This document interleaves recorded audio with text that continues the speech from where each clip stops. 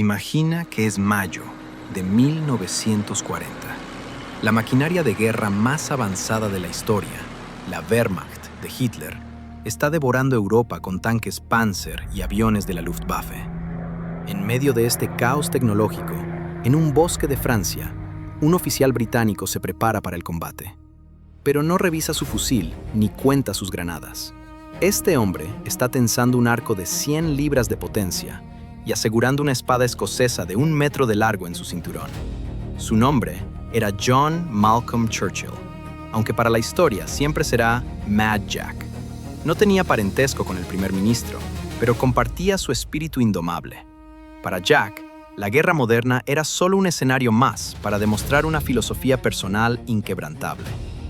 Cualquier oficial que entre en combate sin su espada está mal vestido. Hoy, en el búnker secreto, desclasificamos la vida del hombre que decidió pelear como un caballero medieval en la era de las ametralladoras. Jack Churchill no se volvió loco de repente. Nació así, en 1906, en la colonia de Hong Kong. Tras graduarse en la Academia de Oficiales de Sandhurst, fue destinado a Birmania, donde empezó a pulir su leyenda de excentricidad. Mientras otros oficiales descansaban, Jack aprendía solo a tocar la gaita, practicando a las 3 de la madrugada sin importarle el sueño de sus compañeros. Su sed de aventura no tenía límites. En 1927 decidió cruzar toda la India en motocicleta. Aquella travesía terminó de forma abrupta cuando chocó de frente contra un búfalo de agua, pero el impacto no detuvo su carácter. En 1936, abandonó temporalmente el ejército para editar un periódico en Kenia, pero el destino le tenía guardado un arco y una flecha. En 1939, justo antes del estallido de la tormenta, Jack representó a Gran Bretaña en el Campeonato Mundial de Tiro con Arco en Oslo. Estaba entrenando para la hazaña más asombrosa de su vida. Cuando la Segunda Guerra Mundial estalló, Jack se reincorporó al ejército con un equipo que cualquier otro oficial habría considerado un suicidio. Un arco medieval fabricado especialmente para la ocasión y una espada de la época napoleónica. Su bautismo de fuego ocurrió en Francia, en la localidad de L'Épinette, durante la desesperada retirada hacia Dunkerque.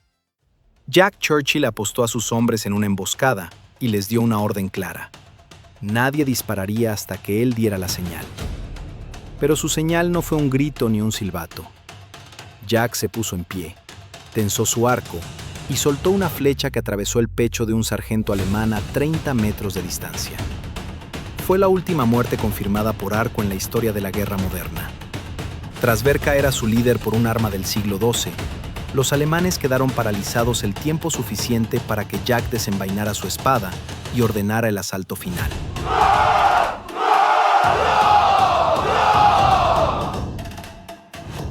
Tras ser evacuado de Dunkerque, Jack no buscó un respiro.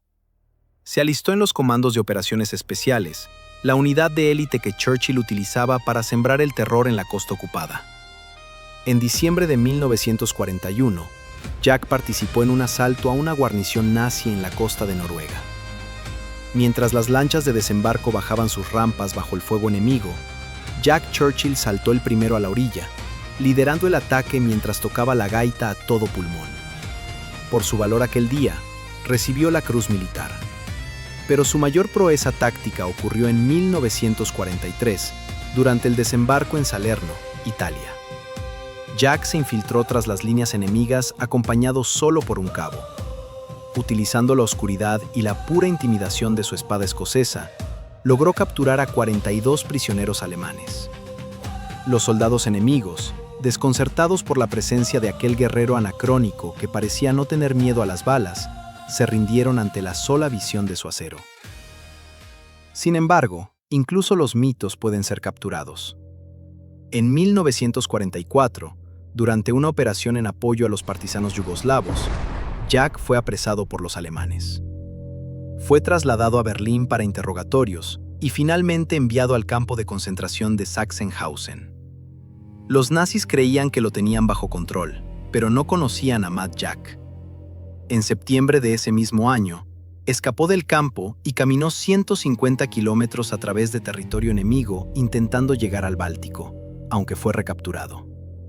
En abril de 1945, Fue trasladado al Tirol junto a otros 140 prisioneros bajo la custodia de las Waffen-SS. Hitler había dado la orden de ejecutar a todos los prisioneros de guerra antes de que llegaran los aliados. Pero un oficial de la Wehrmacht intervino y se negó a cumplir la orden de las SS, protegiendo a Jack y sus compañeros hasta que pudieron llegar a las líneas aliadas en Verona. Cuando la guerra terminó en Europa, Jack Churchill estaba furioso.